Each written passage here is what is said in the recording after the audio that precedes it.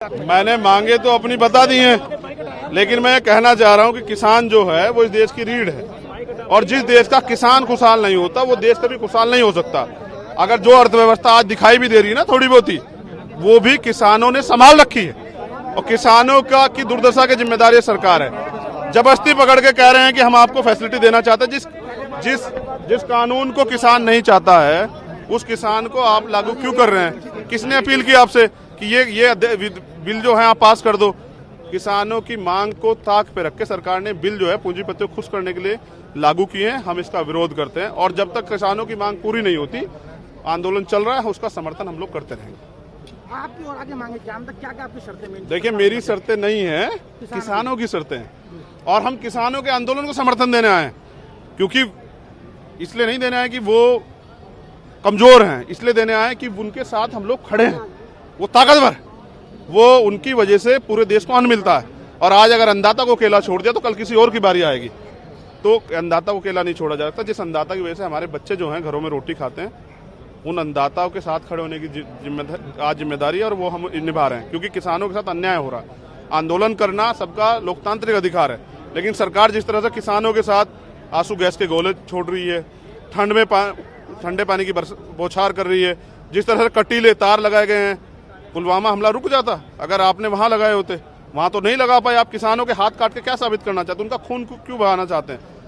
उन पे लाठियां चला रहे हैं और वो आपको खाना परोस रहे हैं। उनके आंदोलन को बदनाम करने के लिए कह रहे हैं कि साहब ये खालिस्तान नारे लग रहे हैं, तमाम तरह की झूठी बातें कर रहे हैं। कह रहे हैं सारे खाली किसान ही और किसान नहीं है कि राजनीतिक पार्टी के लोग हैं। मैं दलित समाज का बेटा हूँ और मैं पूरी जिम्मेदारी से किसानों के साथ खड़ा हूँ और मेरा समाज साथ खड़ा हुआ है।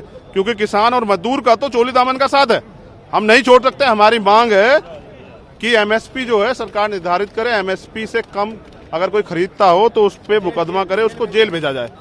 एमएसपी रहे, कानून के अंदर रहे, उसको कानून में डाला जाए। दूसरा, कहते हैं किसी भी विवाद को निपटाने के लिए सारे दुनिया में तो लोग कोर्ट जाते हैं और सरकार कह रही है कि एसडीएम उनका एसडीएम है, जो चाहेंगे वो करेगा। हमने पहले हाथरस भी देखा। मुझे भरोसा नहीं है, इसलिए हम चाहते हैं कोर्ट जाने का रास्ता खुले, मंडी समितियां खत्म ना की जाए। मंडी समिति में बहुत सारे लोगों को रोजगार मिलता है। भंडारण का जो छूट दी गई है कि कितना स्टोरेज कर ले, ये खत्म होना चाहिए। अंबानी एक बार में खरीद लेगा सारे किसानों की फसल सस्ते दाम पे और बेचेगा अपने दाम पे। जैसे कोल्ड ड्रिंक के रेट वो कंपनी तय करती है और पेप्सिको ने जो किया था वो तो सबको पता है कि जब आलू की फसल ज्यादा होगी तो उन्होंने लेना बंद कर दिया। उन्होंने शर्त लगा दी। इस तरह से ये शर्त लगा देंगे कॉन्ट्रैक्ट फार्मिंग वाले लोग, तो ये कॉन्ट्रैक्ट फार्मिंग का खेल बंद करना चाहिए।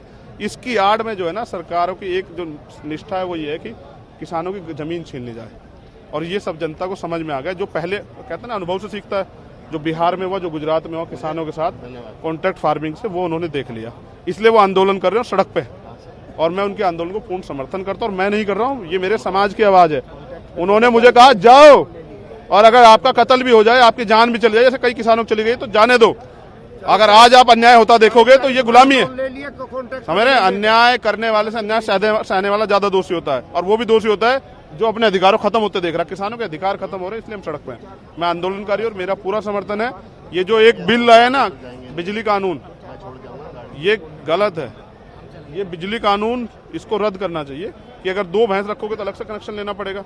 अरे किसान को लूट लो ना, उसकी फसल को लूटते हो आप, अब किसान को भी लूट लो, तो ये नहीं चलेगा। ये लोकतांत्रिक देश है, आंदोलन करने का अधिकार है, करे, बिल्कुल करे। आ जाओ NDTV आ जाओ आगे भैया।